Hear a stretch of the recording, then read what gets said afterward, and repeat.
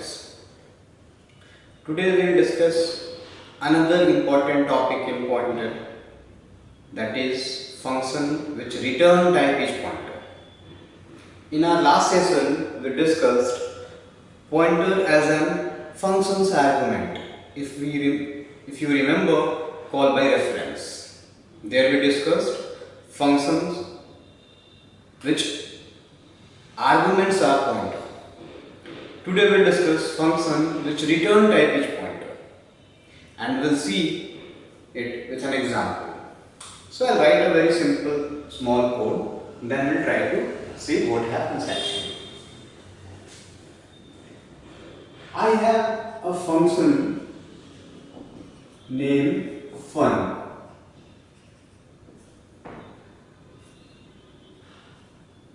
This function will not receive anything, will not return anything, and only one printf statement is there, hello. That's it.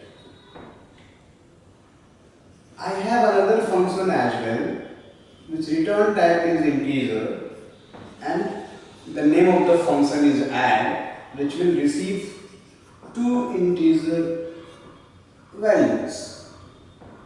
I have another integer variable as well, where we'll store the sum of both the variables, and will return the value of which is stored in C. Now I will write the main function.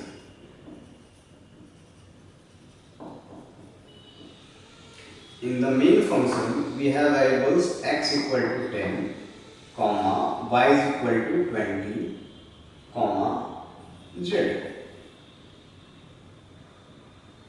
Z is equal to add x comma y. And before printing this z, I will call that function fun, which we have written at the top. And after that, we will print the value of z. It's a very simple program. Let's see what happens internally. Right? We will start any execution. We will start from main function. So int x is equal to 10, int y is equal to 20, and z. So these three variables will be created in the memory somewhere: x, y, z. Suppose the address of x is 102, the address of y is 104, the address of z is 106. The value of x is 10, the value of y is 20. We have not initialized z, so z will have some average value. Here z is equal to add x comma y, means the value of x, that is 10, the value of y 20, will be passed from here, and this value 10 and 20 will be received by this function, that is int a and int b. Two variables are there here for this function.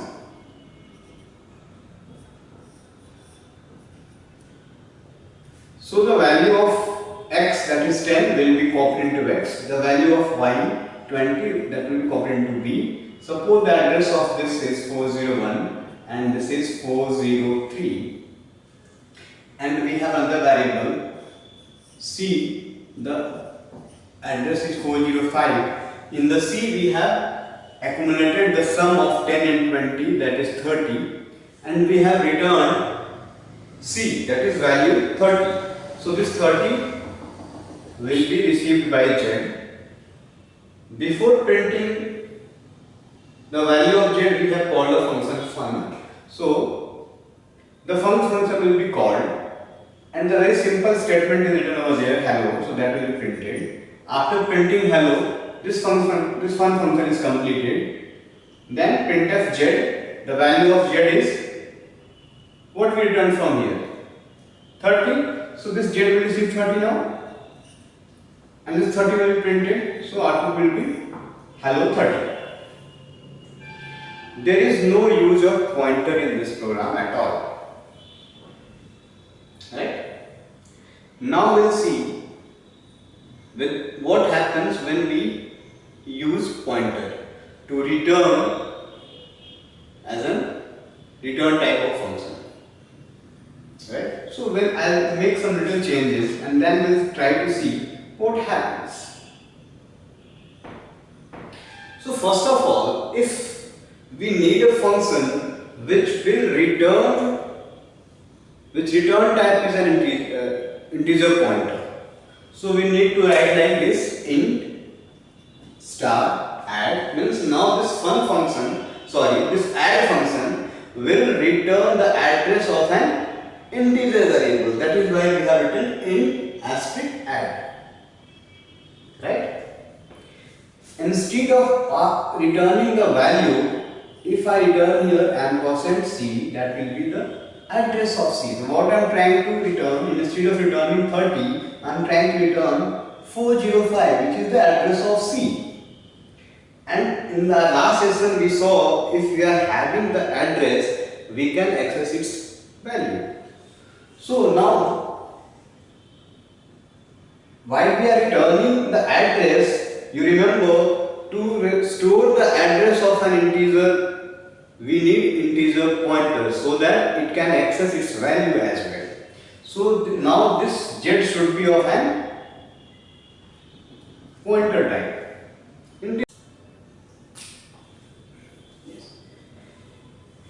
And now this z will receive the address of C instead of the value of C, that is 30. This z will receive the address of C, that is 405. Right? And then we have called a function hello fun, that will display hello, and printf z. So we need to print the value which is at factor 5. So we should write asterisk z. So it should print the value which is there at this location 405 30. So the output should be hello 30. Right? But this will not be the output. Now the question arises, why? Right? To understand this, we need to understand what happens inside the memory while executing this program. Right? So let's try to understand. In our previous session, I told you, for every application, for every program, a memory area is allotted in primary memory, that is RAM. Means for execution of this program, we will be assigned an area in somewhere in the memory. Suppose this is our area which has been assigned in memory for the execution of this program. Again, this entire area will be classified into 4 categories. And what are those 4 categories? Any idea? Those 4 categories are: first area we reserve for code area. Whatever code we have written, that will be saved at this place. Then we have area for static and global variables. Then we have stack area. This is stack area, and this is heap. So In the code area, code will be stored. In the static and global variable area, all the static and global variables will be stored. In the stack area, all the function calls and local variable will be created. And the heap area, all the variable which has been created dynamically at the time of execution with the help of calloc, malloc or realloc function, that will be created in heap area, right? And the property of heap is the area which has been created in heap during our execution of the program has to be explicitly reclaimed.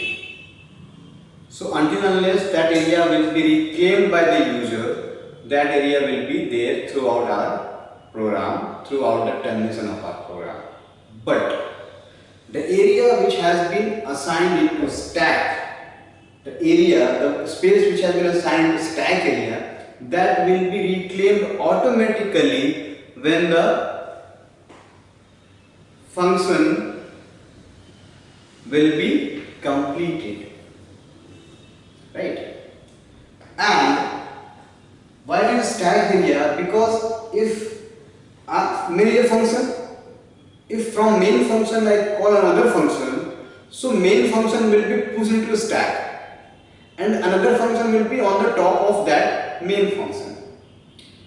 Again, if I call another function from that function, right? So again the current function will be pushed down and the new function will be on the top of that function, right? And that will be executed in that manner only, last in, first out. So we'll see what happens in that. What happens in main? We have created three variables rather. Here x, y, z. Again I write it here x, y, z. Now z is a pointer type. This has got some address 102, 104, 106. The value of x is 10, the value of y is 20. Till now there is nothing in z, so we'll leave it garbage. When we call this function add, so this is a stack frame for main. So we are here in the main function. The moment we call this add function, the main function will be paused and the new function add will be on the top of the main function. So this is the stack frame. In one stack we can have many stack frames. Every module, every function will have its own stack frame where all the locals variable will be declared. So now this add function will be called, and the moment we call the add function, here I have written int a, int b, again two variables a and b, and another variable I have declared c. C will be created. Suppose the address of this a was 104, 103, sorry 403 and 405. So the value of x will be copied into a, that is 10. Value of y will be copied into b, that is 20, and c is having a plus b, means 30. Now instead of returning the value, we are trying to return the address, that is 405. That's okay. So now this 405 will be received by Z, and now Z is having the address at which 30 is there. Right? It's okay? Now, when this function return this statement, when this function return will counter as return, this function is completed. And I told you, as the function completed, the area occupied for that function, that module, will be reclaimed automatically. So now this area has been reclaim and this entire space is no more there, right? So though this address may be there 401, 401, 403, 405, but that has been reclaimed. That does not exist there anymore. Now, happens. Now, after the completion of add function, I called fun. And fun function, we have only one statement, printf. As this function has been completed, this area has been reclaimed. So, again we are calling the fun function from the main function. So now the fun function will be pushed on the top of the main function, and here the only statement is printf hello. Right?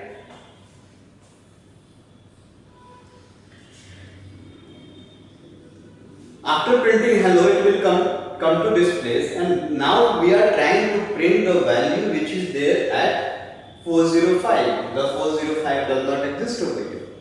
So now it will print some garbage value. Because Z is pointing to an address in memory which is not there, which has been already reclaimed. So it will display some garbage value. Got it? And such pointers are called dangling pointer. Make a note of it. Dangling pointer. In interview, many interviewers ask what is dangling pointer. So the dangling pointer is a pointer which is pointing to a memory area which has been reclaimed. Right? So I hope you got it. If we return the address of a variable which has been declared in stack area and we are trying to access from some other location, that will not work at all. But if at all I want to return the address, the valid address, and I want to get the value, what we need to do, what can be done. So I told you, any space which has been created in stack area will be reclaimed automatically, but any space which has been created in heap area, that has to be reclaimed explicitly. If the programmer does not reclaim or does not free that allocated space, that space will remain there till the end of the application. So, if instead of creating this space in stack area, if somehow we could manage to create the space into heap area, that problem can be solved. So what can be done? Instead of creating this C into stack area, all this A and B will be there in stack area. C will come here again, like for this function A, B. This was 401, 403. This is 10. This is 20. Now instead of creating C into stack area, I will create C into heap area. And to create C into heap area, I will write int star C is equal to int star malloc size of int. So 2 byte space will be created somewhere in the heap area, and suppose the address of this heap area is 405 or anything, because already we had taken 405, suppose 1025, right? And there is a variable C which is holding the address which we have created in heap area, means this C is pointing to this particular address. this particular area. Right? Got it? So C is pointing to 1025. C is having the address of that 2 bytes area which has been created into heap. And now if I write here star C, means the value which is there at 1025 location will be replaced by 10 plus 20, 30. So here it will be 30. And if we return here C, what we return? 1025. So now Z is having what? 1025, and that area after completion of this function, this will be reclaimed, but as we have created this space in heap, this will be there. So Z will have now what? Instead of 405, Z will have 1025, and that area is in the heap. Now when we call the function hello, this will be the stack area for hello. So hello will be printed, no problem. And then print star Z, and Z is pointing, having the address of area which is there in the heap. So it will print now the value at 1025 is 30. So this way, if a function return type is pointer, make sure either the memory allocated for that variable which address we are going to return has been allocated either in the heap area or in the static or global area. Because only the area which has been created in stack will be reclaimed automatically. Other than this area, if we could manage to create a variable in static or global area or in heap area, that will be there throughout the execution of our program. So this is how we can return the pointer from function. Thanks for watching.